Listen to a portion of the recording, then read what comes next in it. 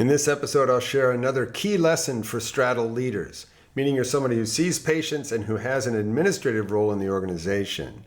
If you're not somebody who in your administrative role leads by asking questions, if that's not your current style, the first time you try to get your team to participate in a question and answer session, what you're going to probably get is crickets, nervous laughter, looking from side to side, and little or no participation.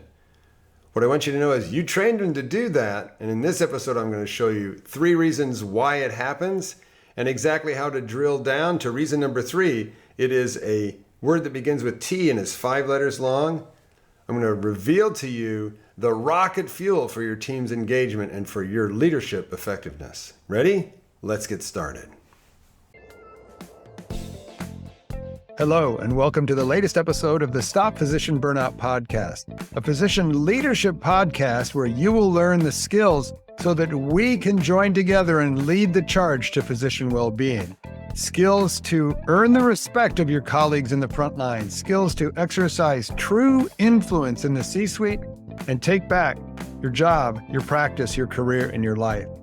All of these tools have been proven effective in my 40,000 doctor physician coaching and training practice. And if I know one thing, I know you're super busy. So let's get started.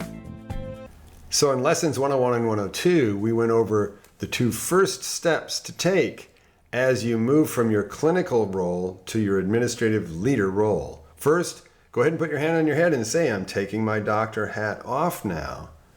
And let go of your clinical leader role where you lead by giving orders and begin to lead by asking questions. Think of a couple good questions that begin with what or how, so they're automatically open-ended questions, the most powerful kind. Gather your team together and go ahead and ask. Hey everybody, I noticed that we don't have a metric for the throughput study that we're doing. What should we measure? How do you want to measure this? Those are 2 perfectly good metric finding questions for you and your team. But if you don't normally lead by asking questions, if you would normally walk in and tell them what we're going to measure, like a good doctor would, Lone Ranger, perfectionist, workaholic, right? Top down, doctor gives orders, we obey.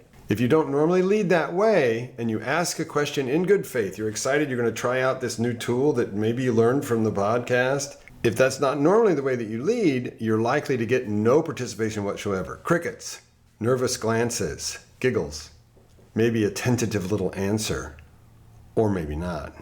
And there's 3 reasons why that happens. 1 is simple habit. They aren't in the habit of having you question them.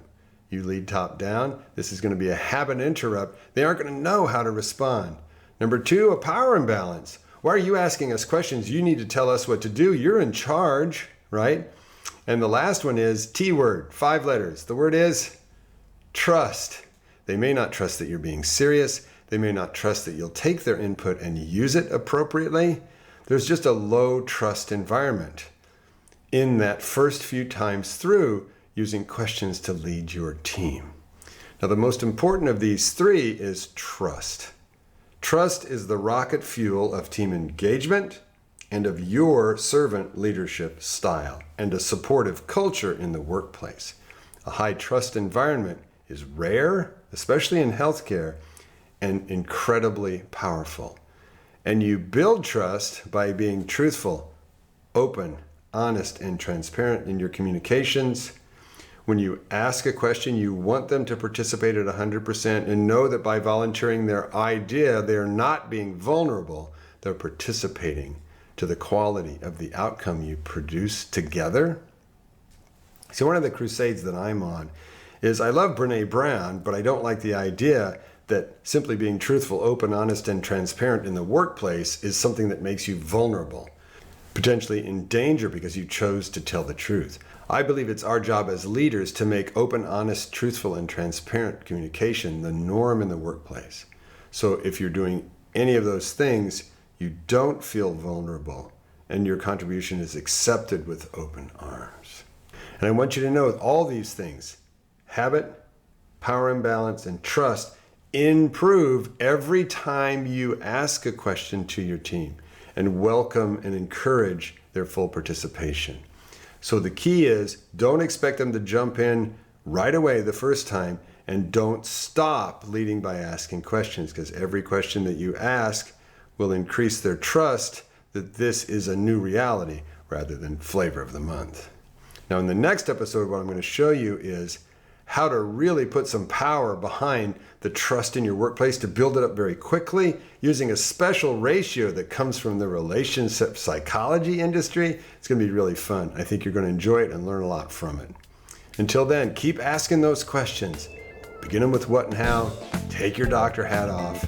And all the best with your leadership adventures and your teams. I'll see you in the next podcast. Keep breathing. Have a great rest of your day.